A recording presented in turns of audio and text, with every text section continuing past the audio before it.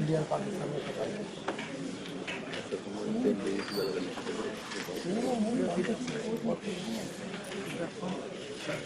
We are starting off with the last session of the day, where we have two talks coming back to back, both from scientists from IGIB. Our first speaker is Dr. Mitali Mukherjee. She has been working on variety of problems related to genome variations. She has been the convener of Indian Genome Variations project of CSIR Consortium initiative, which has recently completed the development of an Indian genome variation database. She has also concentrated her efforts at integrating genomics with principles of Ayurveda, an ancient system of predictive and personalized medicine, and has initiated a new field of Ayurgenomics. She has been the recipient of a number of national awards, the CSIR Young Scientist Award, DBT Young Woman Scientist Award, and Shanti Swarup Bhatnagar Award, and has been nominated for the Human Genome Organization member in 2006. With that, I would like to invite Dr. Mitali Mukherjee for delivering her talk in the next session, which deals with nutrition aspect of it, which is on patterns of variation in chemosensory genes, potential implication in precision nutrition. So Dr. Mitali Mukherjee. So, good evening everybody. I think it's a challenge for me to speak here because of two accounts. One is it's the last part of the day, people would be actually having a diminished energy. The other is because I come from a very different area of research, and I was just telling Bhavna that I do not know whether we will be able to kind of get whatever we are working or the excitement of our work across to people. So I have chosen a topic which is not Ayurgenomics. So Bhavna and I have been developing this area of Ayurgenomics for the last 20 years, and she is the MD in Ayurveda, and we kind of developed this together as a field of Ayurgenomics. So the conceptual aspect of Ayurveda with respect to nutrition and all will be dealt by her. So we thought that I'll deal with the genomics part and then she'll deal with the Ayurveda part, but we will really not cover Ayurgenomics per se, just because of the interest of time. But we will maybe be able to tell you why we are doing Ayurgenomics. So I come from this institute. It's called IGIB. We have two campuses, one in Mathura Road and the other is in Mall Road. Mathura Road is a new campus and it's very close from here. Now, just to kind of get everybody into kind of a space where why we are discussing genomics in a culinary meeting is what I would like to first kind of state. So the idea is, and I'm very naive in this area of culinary sciences. I really do not know anything much, and the more Ganesh calls me every year, the more ignorant I seem to become, because there is so much in literature and it's a very different domain area for me. But just to kind of, I made a mind map as to which are the places where I think genomics might have something to offer, and I would go to what we do in genomics to be able to address that. And this is with respect to the landscape of culinary sciences. So, more specifically from the perspective of food preferences and dietary behavior, which through the day we have also been talking about, is that first of all there is a individuality to what we would like to eat or how we gravitate toward particular food. It is molded a lot by our ethnic background, and then there is also a changing landscape because there are cultural transitions happening. We have been having traditional and living practices when we stayed with our grandmothers. Now we are kind of living in a more isolated manner, and we kind of are more also gravitate towards the local food which we get in that particular area. Then there's changing demographics, of course, of the population. The exposures are also changing with respect to climate change, with respect to so much of mobility we have, so that our what we have been maybe traditionally used to, we might not have that kind of an access. And then there's a lot of heterogeneity all around us, meaning it's not that we kind of live in isolated villages, marry in endogamous populations. So there is a lot of transitions. Then the more transition is because of the social connect we have. There's a digital deluge, so that we are exposed to lots of different kinds of culinary areas, meaning different regions, regional cuisines, etc. And then there's also become a fad for what is healthy. Sometimes our benchmark gets defined by what Westerners perceive as healthy, so we think that that's the most healthy food for us. And also people have now moved to, we would like to have customized food for us. Everybody wants to be a little more individualistically treated when it comes to food. And then there are other aspects of functional foods. And more important context about these changing food preferences and dietary behavior is also impacts the burden of diseases. So if when one looks at the global burden study of UN, even though longevity might have increased to 70, our health longevity is 60. Because we are living with some disease or the other for the last 10 years, and these diseases are mostly not infectious diseases, but these are mostly complex diseases where one of the major components to the contribution is our lifestyle and dietary practices. And it's been now thought that diet can be a more kind of a health intervention. People think that if they can change their dietary behavior, that's a much more lesser invasive way than living with drugs for a longer period of time, right? But then there are challenges. We know that this is the entire space. There are challenges, and the challenges are that how do we have a diet planned in such a manner that it ensures health and of individuals and of populations. We need to define health. We need to have a baseline idea. And if we talk about the culinary place, they would also be impacted by all these heterogeneity exposures and all. So for them to design a food menu which would cater to the heterogeneity which has come about would also be a challenge. Whom should be served what? Maybe many things of the inventory and all will get really impacted if we really do not know what the diners prefer or what is the changing landscape of the diner, and also how you kind of popularize eating patterns. So this is the space in which there are some aspects maybe where we could, as genomic scientists, contribute. We have just initiated such kind of a dialogue, and we really and then I got something from Chef Gill's quote somewhere that one should be honest while feeding people, otherwise you will be slow poisoning the society. So this is really, really important that we realize that how important it is that we understand our food preferences and we understand what is good for us. Now, how did the dietary choice evolve? We had a wonderful talk in the morning. This is just kind of a recapitulation that typically when people would have started to evolve food preferences, they would not have known what is poisonous and they would not have known what is beneficial.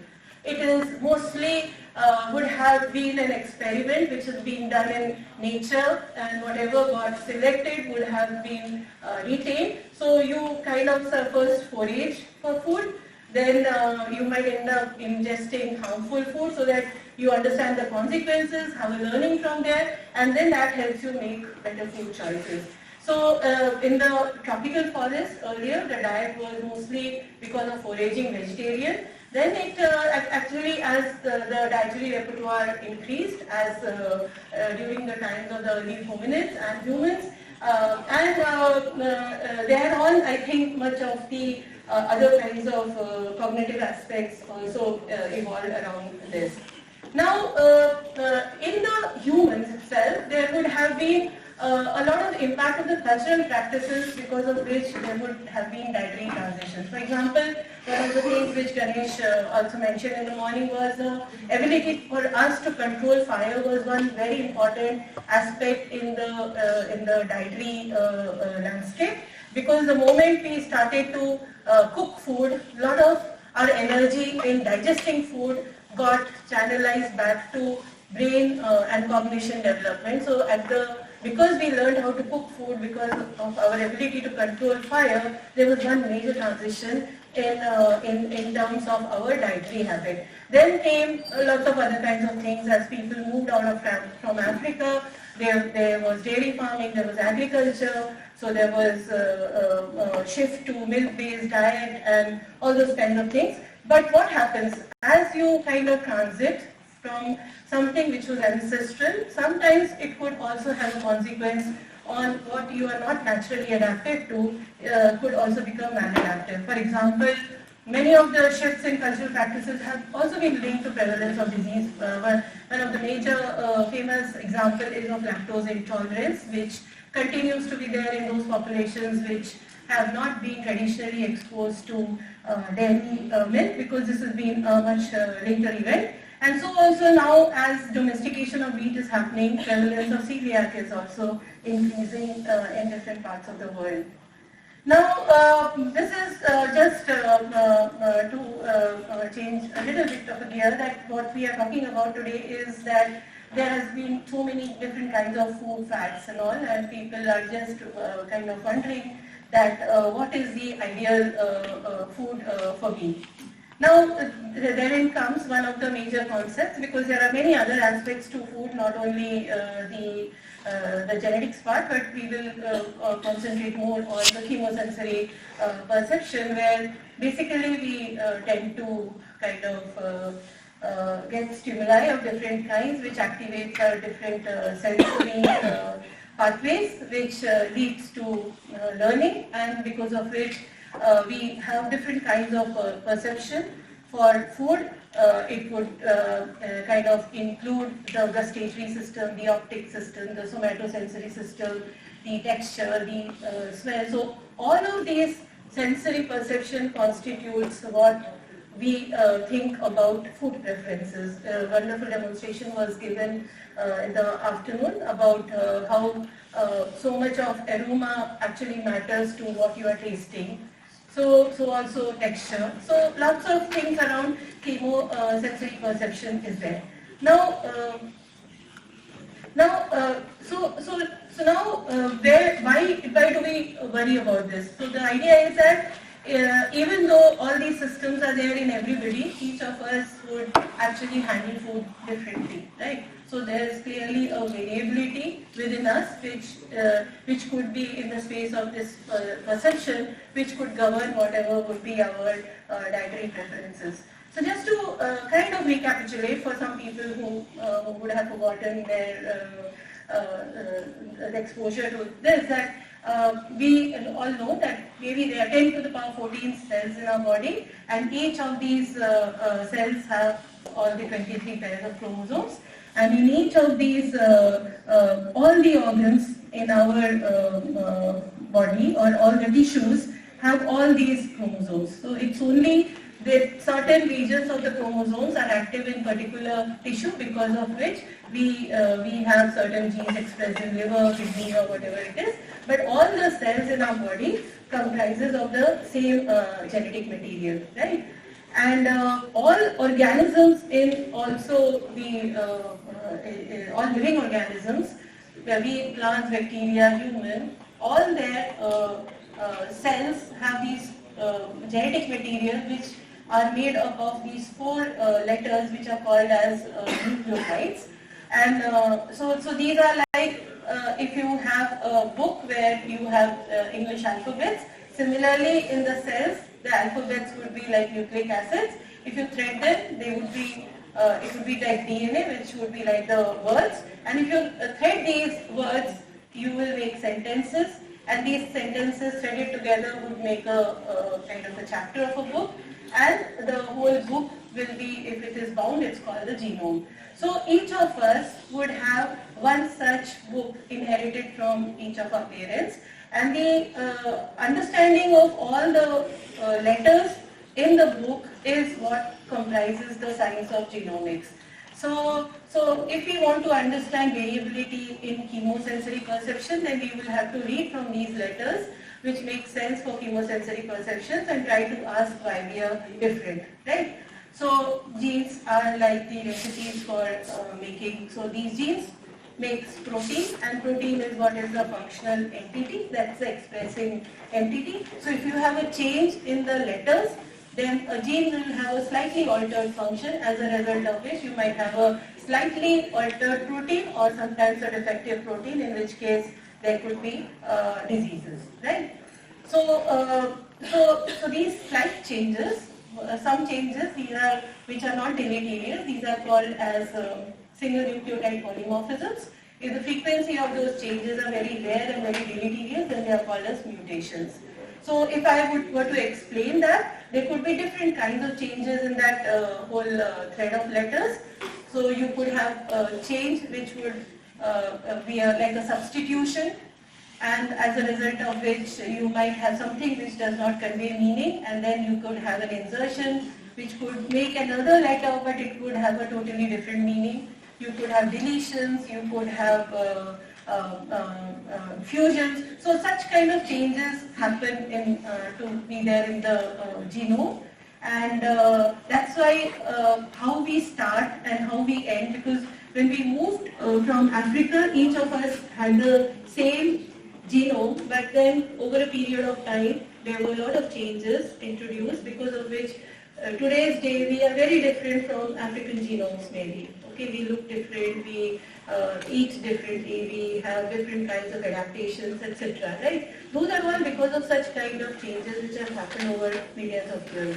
So the Human Genome Project was one such initiative which was started in 80s, took 20 years to complete. The idea was, if we could read all the letters of the human genome, then we might be able to know what is different between two different kinds of people, and we might be able to make sense out of who gets the disease, who does not get the disease, how do we see the differences. But what happened is, after the human genome got sequenced, there was a big surprise that it sort of came out that there is no prototype human genome sequence. Every two individuals could vary in 1 million places, even related people.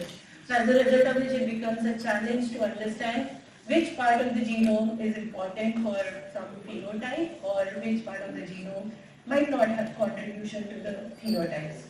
The other part which also came out very strikingly was that we used to think that having all the cells in our body comprised of human genome is what comprises human, but it turns out that we have 200, meaning 10 times more number of cells which are of bacterial origin.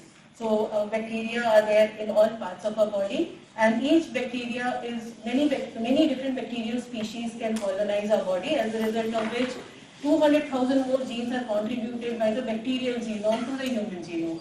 So bacteria becomes also an intimate part of our genome, and now people understand that if these bacteria population changes in a person, then that could also contribute to disease state.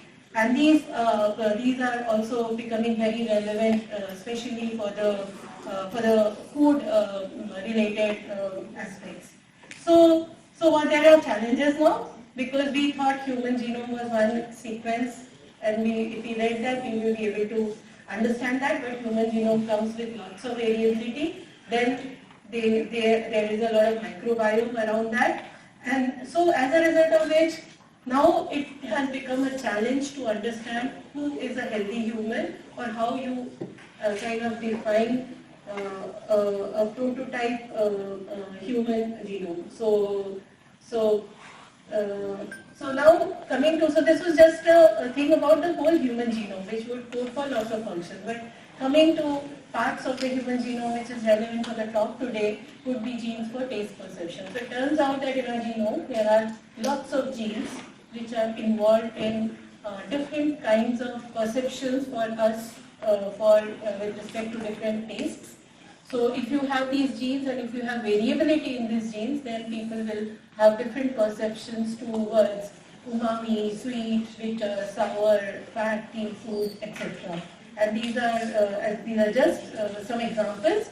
There are olfactory receptors which are coming up very importantly for our ability to taste the differences with respect to certain chemicals in the meat and other kinds of things, etc. What is also coming out very interestingly is because not only humans are getting sequenced, but lots of animals are getting sequenced. So across the animal genome, for example, if you take pandas, then because that niche does not require for them to have sweet, they may have lost certain kinds of genes for sweet taste, or carnivores like cats, they cannot also perceive sweet because it is not really necessary for survival. Certain aquatic carnivores like sea lions have lost a lot of taste receptors because they really do not need those taste receptors. These are some of the things which also tells you loss of function, which is also associated with loss of a particular taste perception, can give you an important clue as to these genes could be involved in such kind of taste perceptions. So people have sequenced birds across, Chinese people have sequenced a lot of different species of birds, and they actually have come about finding that which bird can perceive what kind of taste, and it is correlated to what kind of taste receptors are there, which kind of further substantiates that these taste receptors, if there is a variability, it would have some importance to also perceive certain kinds of taste. Among the birds, one of the very peculiar thing has come up is the hummingbird, which actually is very small, but it actually keeps on fluttering its wings quite a lot, and it gets its most energy because of its sweet taste receptor, which allows it to collect honey. So an umami taste receptor has changed to a sweet taste receptor in the hummingbird. So genomics is also very interesting because it tells you a lot about natural intelligence of animals which has evolved as a consequence of various kinds of adaptations. Now when we come to human also have acquired variations which allows them to kind of adapt to different kinds of scenarios. For example, when people change to a starchy diet, there are populations which are predominantly rely on starchy diet. It turned out that a gene called amylase, meaning an enzyme, or a gene which codes for a amylase gene, the number of that in individuals increase so as to their ability to increase their ability to digest starch. Right. So in populations, when you sequence the genome, you find that the populations which are predominantly starchy food eaters have more number of copies of their amylase gene. But what it has also come up also is that you also would then keep, if your preference for starchy food increases, then this extra copy allows you to get more carbohydrate in your body, which then links to high risk of having obesity. Similarly, there are other kinds of things which people have been able to map. For example, even in a burger, if there are certain components in them, like onion, tomato and all, it seems there are certain kinds of flavors or certain kinds of tastes for which there are genes whose variations will determine what would be your liking for something like a burger. So that if you, why you prefer certain kinds of things in a burger would also be dependent on what are the kind of genes you have which allows you to prefer certain kinds of things. And now people have also shown that there is inter-individual variability in the microbes in the gut, which also could govern what you eat and what you think, or lots of things related to psychiatric problems have also been linked to gut disturbances.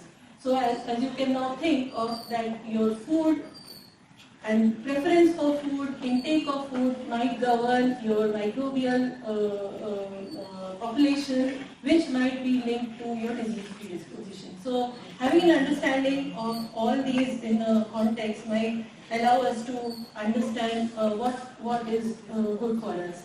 This is a very interesting book called Food, Genes and Cultures, where people have actually shown that how different cultures have favored intake of specific kinds of food in different parts of the world, and something which is not tolerated in some population, how other populations can tolerate it because the genetic makeup is different. And it is very important to have an idea of this as people move from one part of the country to the other, because there are sometimes you can get a very strong reactions to some food which have not been kind of traditionally been exposed to.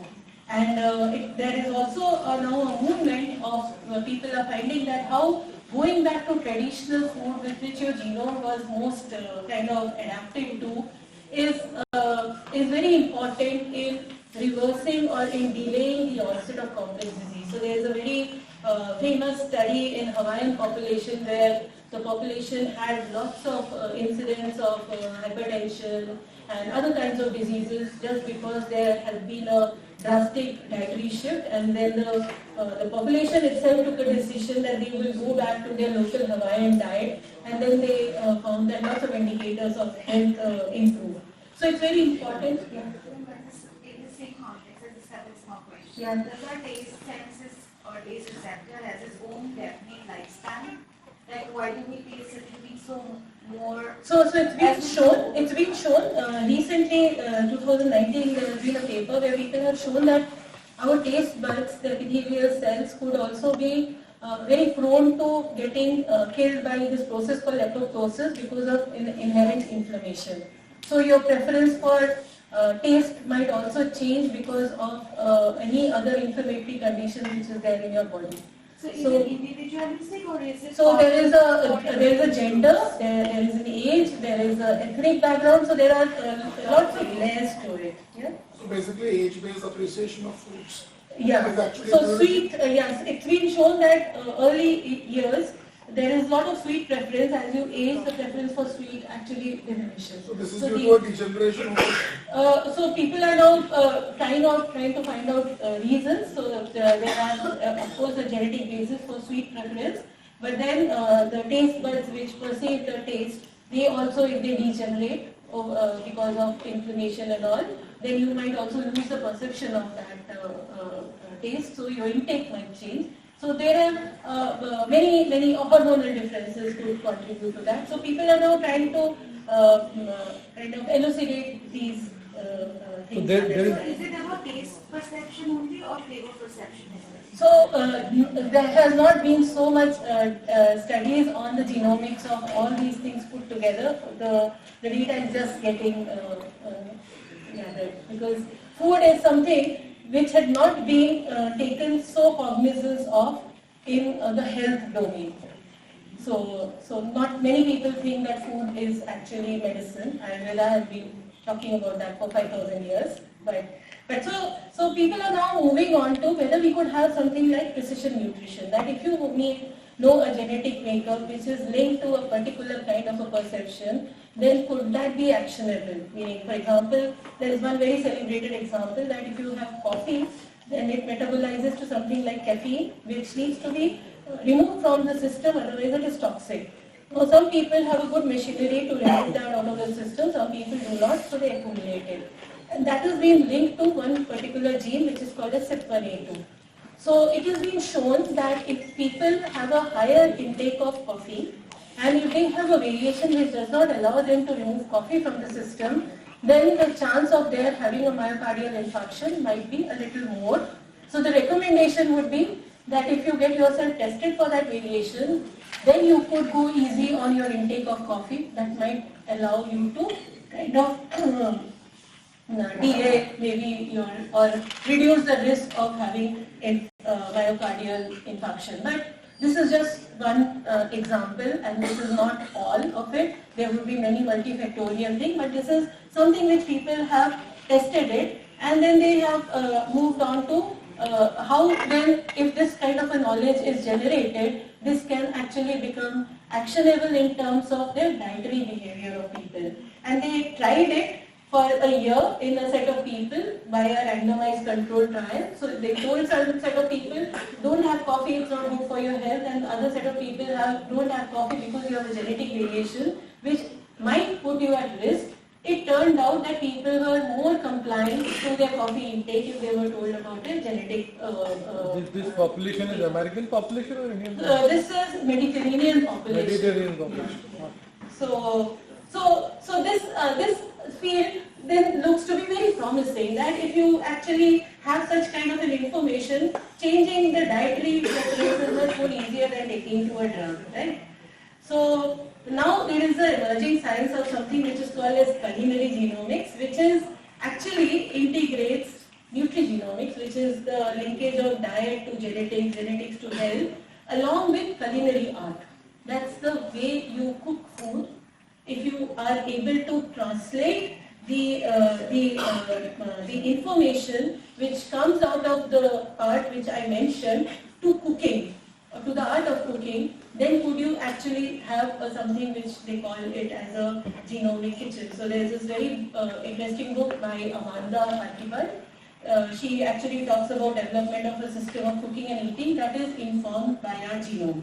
So it goes like this, that the genome kitchen will map the gene and food connection. So the way chefs describe how they cook food or how traditional food systems have evolved. For example, there is this cabbage. If it is if it is cut and left for an hour, then it releases this sulforaphan molecule, which actually activates the antioxidant enzymes. So if you just cook it without keeping it, then that property, beneficial property of that bioactive is not there. Such kind of wisdom has evolved naturally. We need to kind of understand that wisdom from different such kind of bioactives, and maybe if we cook our food in a mindful manner, then we might be able to have a much better way of managing health. So this author, she has actually described the food into 4 major components. One is called as a master ingredient, the next is the influencer, then the superfood and enabler. So food has been classified into each food having something which deeply influences our pathways, which could reduce inflammation or oxidative stress. Some which could actually delay, meaning prevent DNA repair. Some which would be enabler, make your gut more healthy. So if you have these kinds of components in your kitchen, informed by a genomic readout, then you might be having a better kind of a recommendation towards food. And maybe culinary fingerprints actually would be one such very important tool to be added to this kind of thing. So I would say that human individuality in dietary behavior would be made of 3 components. One is called as the heritability component, which you kind of inherit. You cannot do anything about it. There's an environmental component, which is governed by the geoclimatic condition.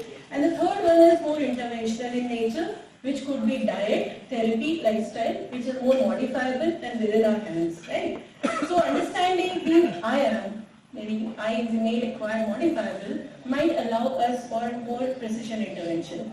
So just last 3-4 minutes, I'll just say what we are trying to. So having understood this, we've just moved into this area to be able to see whether as genomics people we might be able to contribute in this area. So the idea is that can we map the dietary preferences and behaviors of individuals and populations for integration to maybe different kinds of blockchain or to different stakeholders, which could allow for policy intervention, precision food, precision nutrition, informed choices. The idea is that we could actually develop a reference map of Indian population, which we have already developed, the Indian map of genetic variation, which would provide us a baseline as to which populations in India might have different patterns. Because we are like western part of India having a lot of hot food, eastern part of India having a lot of sweet. So clearly there must be some kind of a genetic component to the population itself. Link it with Ayurveda, which Bhavna will be talking about, and AI for of chemosensory perception, and then do sensorial mapping like the way Jaspalji's company also does. They do sensorial mapping of people. So if we have the map of those people, then could we identify genes which are responsible for chemosensory perception from a pool of super tasters, let us say, from different genetic background, and use it integrate all these into one platform to be able to map the or create maps of dietary preferences or behavior. So one such example I'll give how we are moving. So there is a very interesting, so there is this phenylcarbamide. It is present in many cruciferous vegetables, and it has a bitter taste, where some people perceive it very bitter and some people avoid it because they find it very bitter. So people who find it very bitter are called as super tasters. People who find it moderately bitter could be something like tasters, and then there are certain set of people who really do not find any taste in this bitter compound. And this, I'm giving an example, but this is not a whole list. But there are three prominent variations within this gene.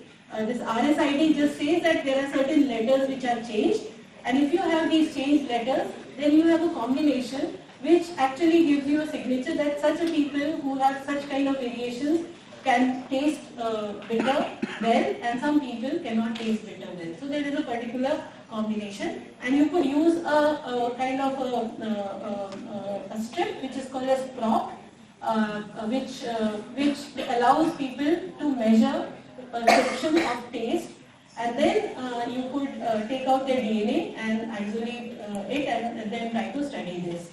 And it is heritable. So if parents are bitter tasters, then the children are likely to be also having bitter tasting ability. So it is inherited by that variation. If it gets inherited into the next generation, then you would also be either moderate tasters, or if you inherit from both the parents one set of chromosomes having the bitter tasting ability, then you could also end up being a super taster.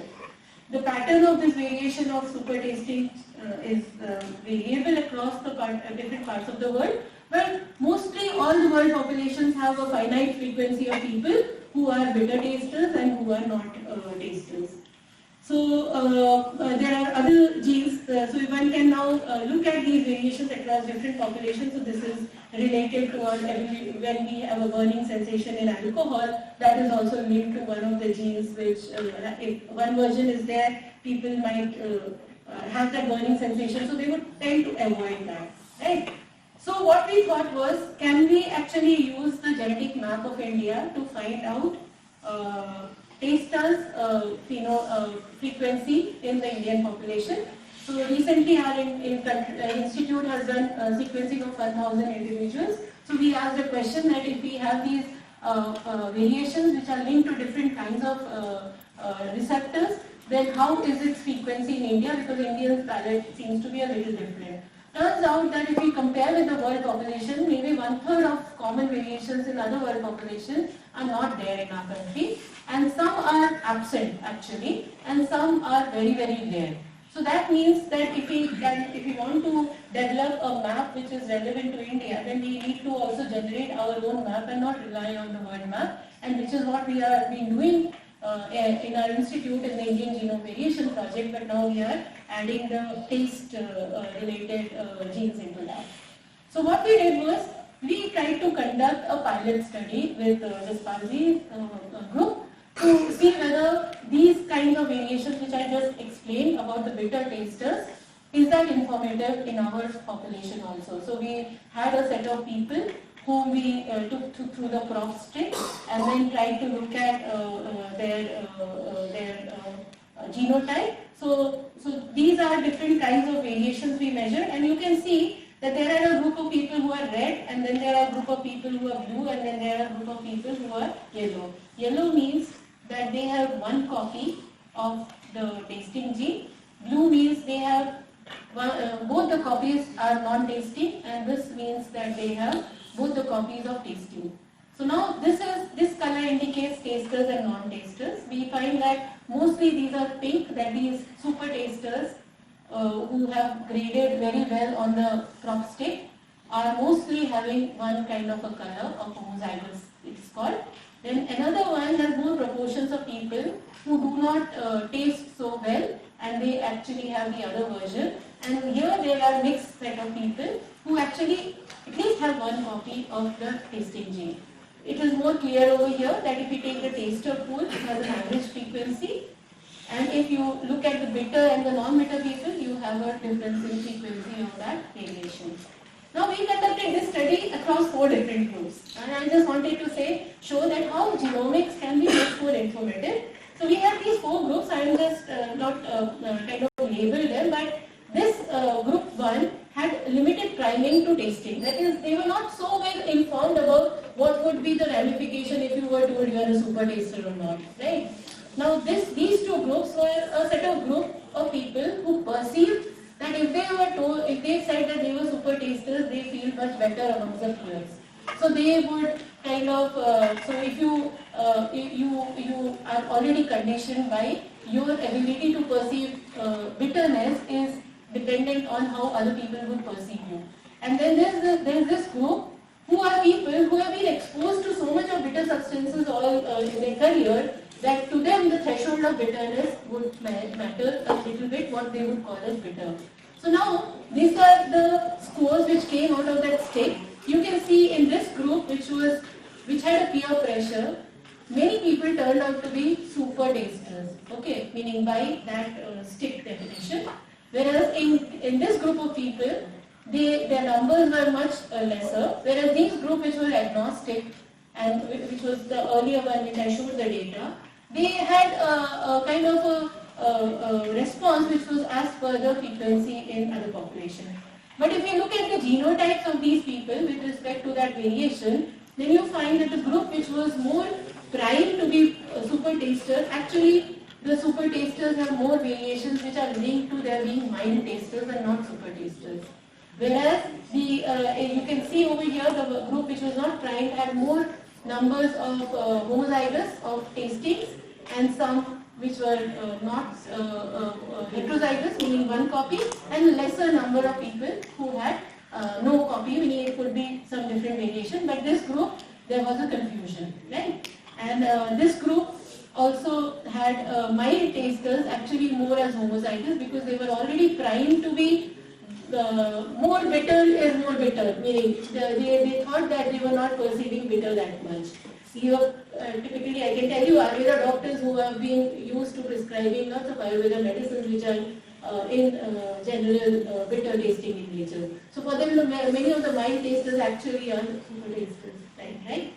So this actually tells that if you were to kind of have a recommendation for such a kind of bitter tasting by just the crop stick, then you might end up giving maybe a wrong recommendation, because people who are bitter tasters tend to avoid bitter food which are healthy sometimes in nature. They tend to avoid alcohol, which is good for them, but then they more gravitate towards sweet, which also gives them a tendency for obesity. If you were to link it with a genetic variation which also tells you, informs you about that, maybe people can become more mindful in their eating habits, as a result of which one can delay the onset of risk for obesity. So I would just like to kind of conclude, but that this is very uninformed way we are just hunting and we are finding and we are kind of organizing the information. But if there was an innovative approach where we already had a knowledge base, where we could actually divide people into their ability to taste differently, then we might be able to have a much more better way to actually have a personalized recommendation. So Prakriti is the Ayurveda way of classifying people, and we are trying to see whether we could actually classify healthy people on the basis of this aspect called Prakriti, so that we are able to sub-stratify people into groups who might have different recommendations, including dietary recommendations, and that is one of the innovative way we think could be very strategically good for us, because this is a science for our country, and we have done the last 20 years, we have built a lot of evidence about how we can actually integrate these two sciences together. We are not talking about it at all today, but you have to just trust me for it, that we sort of have developed a framework as to how to integrate these two sciences together, which might be much to offer for precision nutrition in coming years. So finally, I'd like to thank all the people in the Genomics and Prakriti sitting over here, not Ayurveda Prakriti, but person by the name of Prakriti who helped me also develop this set of slides today. So thank you all.